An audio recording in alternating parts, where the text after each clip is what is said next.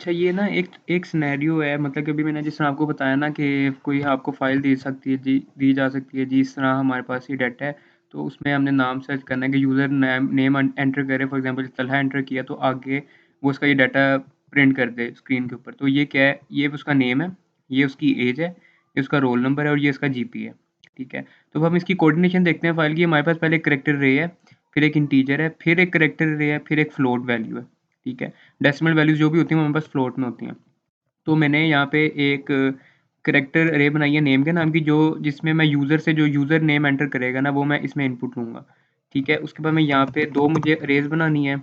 एक मुझे बनानी है ARR, इसको मैं दे देता हूँ 100 साइज़, और इसको मैं एक इनिशियलाइज़ करा देता हूँ \0 के साथ। अच्छी प्रैक्टिस होती है जब भी हम किसी चीज़ को करें तो उसको इनिशियलाइज़ कराएँ।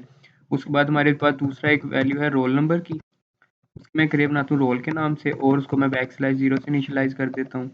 और फिर हमारे पास एक इंटीजर वैल्यू है एज की, मैं इसको खोल लेता हूँ साइड पे ही, फिर आपको पता चलता है, ठीक है? पहले मेरे पास नेम है, फिर एज है, रोल नंबर है और फिर जीपीए है। तो मैंने एज इज़ इक्वल टू 0 और एक फ्लोट वैल्यू है जिसमें आएगा जीपीए इज़ इक्वल टू 0, ठीक है? उसके बाद सिंपल मैंने जिस तरह पिछले वीडियो में समझाया कि हमारे पास जिस कोऑर्डिनेशन में डाटा पड़ा उस कोऑर्डिनेशन के साथ हमने इनपुट लेनी है। तो नेम हमने इनपुट लेना है ARR के अंदर, ARR के अंदर लेना है, और ये एज है, एज हमने इनपुट लेनी है एज के अंदर। उसके बाद फिर ये रोल नंबर है, रोल नंबर हमने लेना है रोल के अंदर, और सिमिलरली जीपीए जीपीए के अंदर, ठीक है? अब ये हमारा बारी बारी ये सारा डाटा हमारी जिस कोऑर्डिनेशन में पड़ा है उसी कोऑर्डिनेशन के साथ हमारी इन वेरिएबल्स के अंदर स्टोर होता जाएगा। अब हमने यहाँ पे आके चेक करना है कि ये जो ARR के अंदर हमारे पास नेम पड़ा है जो कि हमें फाइल से मिल रहा है, ये और ये जो नेम हमें यूज़र दे रहा है ये दोनों सेम हैं। हमने इनको चेक करना है कि ये दोनों सेम हैं कि नहीं। उसके लिए हम एक फंक्शन बना लेते हैं बूल टाइप का, क्योंकि हमने चेक करवाना है कि अगर दोनों सेम होंगे तो ये फंक्शन हमारा रिटर्न हमें कर देगा ट्रू, अगर नहीं सेम होंगे तो हमें रिटर्न कर देगा फॉल्स। तो मैं इसको नाम देता हूँ सर्च का। इसमें 2 कैरेक्टर अरेज आएंगे, एक अरे 1 और एक कैरेक्टर अरे 2, ठीक है? मैं स्टैटिक अरेज के साथ काम कर रहा हूँ तो मैं इसलिए स्टैटिक लिख रहा हूँ। अगर डायनामिक होगा तो यहाँ पे स्टैटिक आ जाएगा एक, ठीक है? स्टार आ जाएगा, तो वो आपकी मर्ज़ी है। डायनामिक अरे आप लोगों को पता है कि हम इसलिए यूज़ करते हैं जब हमने रन टाइम पे अरेज बनानी होती है, इसलिए हम डायनामिक अरेज यूज़ करते हैं। तो वो आपकी मर्ज़ी, ठीक है? उसके बाद मैं आपको एक और चीज़ बताऊँगा, एक सी प्लस प्लस का बिल्ट इन फंक्शन होता है strlen। वो क्या करता है कि हम उसमें किसी भी कैरेक्टर अरे को पास करते हैं ना तो वो हमें उसका साइज़ बता देता है कि उसका साइज़ क्या है। तो मैं आपको बताता हूँ कैसे करते हैं। इंटीजर साइज़ 1, अब फॉर एग्ज़ाम्पल ये जो अरे 1 है इसका मैंने साइज़ लेना है इस साइज़ 1 के अंदर, तो मैं कहूँगा strlen और इसके अंदर मैं अरे 1 को पास कर दूँगा। तो ये क्या करेगा कि ये इस अरे 1 का जो साइज़ है ना वो इस साइज़ 1 के अंदर पुट करा देगा। इसी तरह मुझे अरे 2 का भी साइज़ चाहिए, तो मैं size 2 is equals to string length अरे 2, ठीक है?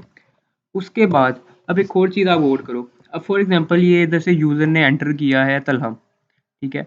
अब यहाँ से इस यूज़र ने तलहा एंटर किया, वो इस नेम में आ गया और यहाँ से हमने इनपुट लिया, यहाँ से ही तलहा ले लिया या अहमद ले लिया फॉर एग्ज़ाम्पल, ठीक है? तो वो क्या करेगा, अब ये हमने चेक करना है कि जो नेम के अंदर अरे पड़ी है और जो ARR के अंदर अरे पड़ी है उन दोनों का साइज़ सेम है। अगर साइज़ सेम है फिर हम अगले प्रोसेस पे चलेंगे। अगर साइज़ सेम नहीं है, ठीक है? तो हमें पता है कि अगर साइज़ ही सेम नहीं है तो नेम कहाँ सेम हो सकता है, ठीक है? तो ये एक हमने पहला काम किया। तो हम यहाँ पे एक चेक लगाते हैं, if size 1 is equal to size 2। अगर साइज़ सेम है तो आगे फिर उसके वर्ड्स चेक करो कि उसके वर्ड्स भी सेम हैं कि नहीं, ठीक है? तो अगर ये इसके अंदर आएगा तो हमें पता है कि साइज़ 1 जो है वो साइज़ 2 के इक्वल है, दोनों बराबर हैं। तो हम एक फॉर का लूप चलाएँगे, for integer I is equal to 0, I is less than size 1। यहाँ पे कोई भी साइज़ लिख लो, साइज़ 1 साइज़ 2 दोनों बराबर हैं। उसमें हम कहेंगे कि इफ अरे 1 I इज़ इक्वल टू अरे 2 I, तो क्या करें कि हम एक बूल बनाते हैं बूल फ्लैग के नाम से, bool flag is equals to false, ठीक है? उसमें हम कहेंगे कि अगर तो मैच हो जाता है तो वो फ्लैग को कर दे true, flag is equals to true. अगर नहीं मैच होता, एक भी वर्ड मैच नहीं होता, तो वो क्या करे कि फ्लैग को फॉल्स कर दे और इस लूप को ब्रेक कर दे। हमें पता चल गया एक भी वर्ड इनकरेक्ट है, मैच नहीं किया, तो हमें पता चल गया कि ये नेम सेम नहीं है, ठीक है? तो फ़ौरन क्या करे, फ्लैग को फॉल्स कर दे और ब्रेक कर दे, ठीक है? यहाँ पे आके हम सिंपल रिटर्न करा देंगे फ्लैग को, क्योंकि इस लूप के बाद, इस इफ के बाद बाहर आने के बाद हमें पता चल गया होगा कि ये दोनों अरेज बराबर हैं कि नहीं। अगर तो size 1 is equal to size 2 नहीं है तो वो डायरेक्ट रिटर्न फ्लैग कर देगा और फ्लैग की वैल्यू क्या होगी उस वक्त फॉल्स।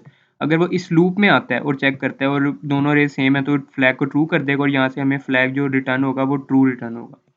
ठीक हो गया। हम इसको ऊपर का प्रोटोटाइप पास करते हैं। प्रोटोटाइप पास हो गया। अब हमारे पास पड़ा हुआ है ये, इस अरे के अंदर नाम पड़ा हुआ है जो हमें फाइल से मिल रहा है। ठीक है, तो मैं यहाँ पे एक भूल बनाता हूँ, भूल फ्लैग 1 कह देता हूँ इसको, flag 1 is equal to false. ठीक है, उसके बाद मैं यहाँ पे कहूँगा, क्योंकि हम हमेशा ऐसे ही करते हैं ना, जब हमने फॉर एग्जांपल ये जो हमारा फंक्शन है ये सर्च का, ये हमें क्या रिटर्न कर रहा है, एक बूल टाइप की वैल्यू रिटर्न कर रहा है, तो हमने इस वैल्यू को गेट भी करना है, तो उसके लिए मैंने ये फ्लैग 1 बनाया। ठीक है, तो मैं कहूँगा flag 1 is equal to search, इसमें नेम कोमा ARR, क्योंकि जो यूज़र एंटर करेगा वो पड़ा होगा नेम के अंदर और जो हमें फाइल से मिल रहा है वो पड़ा होगा ARR के अंदर। ठीक है, और एक और चीज़ हम देखें, यहाँ पे कोई एक कंडीशन नहीं लगाई हुई है जी कि यहाँ पे जो यूज़र एंटर कर रहा है वो वाली अरे आएगी और यहाँ पे जो फाइल से आ रही है वो वाली आएगी। देखें, सिंपल, हमने ये एक यूनिवर्सल फंक्शन है, हम ये नेम यहाँ पे लिख दें, ARR यहाँ पे लिख दें, ARR यहाँ पे लिख दें, नेम यहाँ पे लिख दें, कोई फ़र्क नहीं पड़ता। ठीक है, अब इस फंक्शन ने ट्रू कब रिटर्न कराना था, जब दोनों अरे सेम होनी थी। ठीक है, तो हम यहाँ पे कहते हैं if flag 1 is equal to true, तो यहाँ पे सी आउट कराए, सी आउट मैं यहाँ पे थोड़ा लिखता हूँ, सी आउट नेम, नेम हमारा पड़ा हुआ है ARR के अंदर, ARR के अंदर, उसके बाद सी आउट एज, और एज हमारी पड़ी हुई है इसके अंदर, इधर क्या आएगा एंडल, और उसके बाद रोल नंबर, सी आउट रजिस्ट्रेशन नंबर कह देता हूँ मैं इसको, रजिस्ट्रेशन नंबर, और यहाँ पे वो पड़ा है हमारे पास रोल के अंदर, और फिर हमारे पास रह जाता है GPA, GPA वो हमारे पास पड़ा हुआ है GPA के अंदर। ठीक है, अब ये क्या करेगा कि मैं सबसे पहले यूज़र से पूछेगा कि आप कौन सा नाम सर्च करना चाहते हैं। ठीक है, और उसके बाद फिर आके चेक करेगा ये अरे नेम और अरे को इसमें भेजेगा, चेक करेगा जी कि दोनों सेम हैं कि नहीं, अगर सेम होंगे तो इसको प्रिंट करा देगा। अब एक और काम, जब उसने प्रिंट करा दिया, हमें पता चल गया जी कि जो हमारे यूज़र ने नाम मांगा था हमने उसको वो उसकी डाटा प्रोवाइड कर दी है। उसके बाद हमें ये वाइल के लूप को दोबारा चलाने की ज़रूरत ही नहीं है। हम यहाँ पे सिंपल क्या कह देंगे, ब्रेक। वरना क्या करेगा ये कि ये ठीक है, एक दफ़ा मिल गया ना, फिर अगली दफ़ा दोबारा चलता रहेगा, तो हमें उसकी ज़रूरत नहीं है। हम क्यों अपने कोड को इतनी ज़हमत दें। तो इसको एक दफ़ा रन करके देखते हैं कि कोई गलती तो नहीं है। रन करके देखते हैं। हाँ, फॉर एग्जांपल मैं लिखता हूँ तलहा। ठीक है, अब ये देखो, उसने ये तलहा की वैल्यू है, तलहा उसने नेम प्रिंट किया, एज 20, उसके बाद L1 F20 3.0। ठीक है, वो राउंड ऑफ कर देता है। अब हम किसी और नाम रख के चेक करते हैं। फॉर एग्जांपल मैं लिखता हूँ शादी। क्या उसने शादी की वैल्यूज प्रिंट कर दी। ये देखो, ये शादी की वैल्यू पड़ी हुई है, ये उसने प्रिंट कर दी। तो इस तरह से मैं आपको समझाना चाह रहा था कि काम करना है। सबसे पहली चीज़, हमने कोऑर्डिनेशन देखनी है, डाटा किस कोऑर्डिनेशन में पड़ा हुआ है, चाहे जितना मर्जी डाटा है। हमने पूरा डाटा नहीं देखना, हमने सिर्फ एक लाइन का डाटा देखना है कि वो किस कोऑर्डिनेशन के साथ पड़ा हुआ है और उसी कोऑर्डिनेशन के साथ रखना है। ठीक है, दूसरी चीज़, हमने ये भी डिसाइड करना है कि हम एफिन डॉट गेट लाइन के साथ ज़्यादा अपने आप को आसानी में रखेंगे या सिंपल एफिन के साथ। ठीक है, ये भी चीज़ आप लोगों ने देखनी है। ठीक है, और क्या कहते हैं, और क्या कहना था, दूसरा, एक अगर फॉर एग्जांपल ये जिस हमें डाटा भी कंसोल पे मिल रहा है और हमें वो पेपर में आता है जी कि हमने उसको किसी फाइल में प्रिंट कराना है, तो मैं सिंपल यहाँ पे ऑफ स्ट्रीम लगाऊंगा, ऑफ स्ट्रीम एफ आउट। ठीक है, F out dot open student dot txt। ठीक है, और मैं यहाँ पे ना मैं कहता हूँ जी कि कंसोल पे भी प्रिंट कराए और फाइल के अंदर भी प्रिंट कराए। मैं कंट्रोल सी किया, कंट्रोल वी किया, और सिंपल क्या करूँगा कि यहाँ पे एफ आउट लगा दूंगा, एक F out, F out, F out. ठीक है, अब जब मैं इसको रन करूँगा तो ये कंसोल में भी प्रिंट होगा और क्या कहते हैं फाइल में भी प्रिंट होगा। मैं यहाँ पे लिखता हूँ शादी। ठीक है, ये हो गया। अब मैं आपको फाइल दिखाता हूँ। इसकी फाइल है student.txt। ये देखें उसने फाइल में भी वो प्रिंट कर दिया एज इट इज़।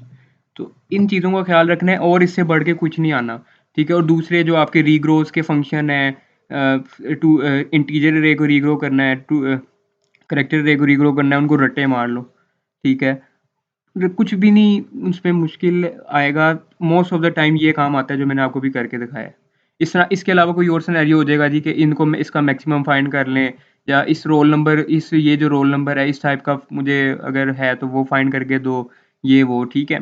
तो इस तरह के आएंगे, घबराना बिल्कुल नहीं है, ठीक है। सिंपल इस तरह के क्वेश्चन आएंगे, पहले क्वेश्चन को आराम से पढ़ना है, बहुत टाइम होगा, नहीं भी होगा ना कुछ करना है, कोड हमारा रन होना चाहिए। ये ना हो कि कोड रन करें और वो रन ही ना हो, एरर कुछ हो गए।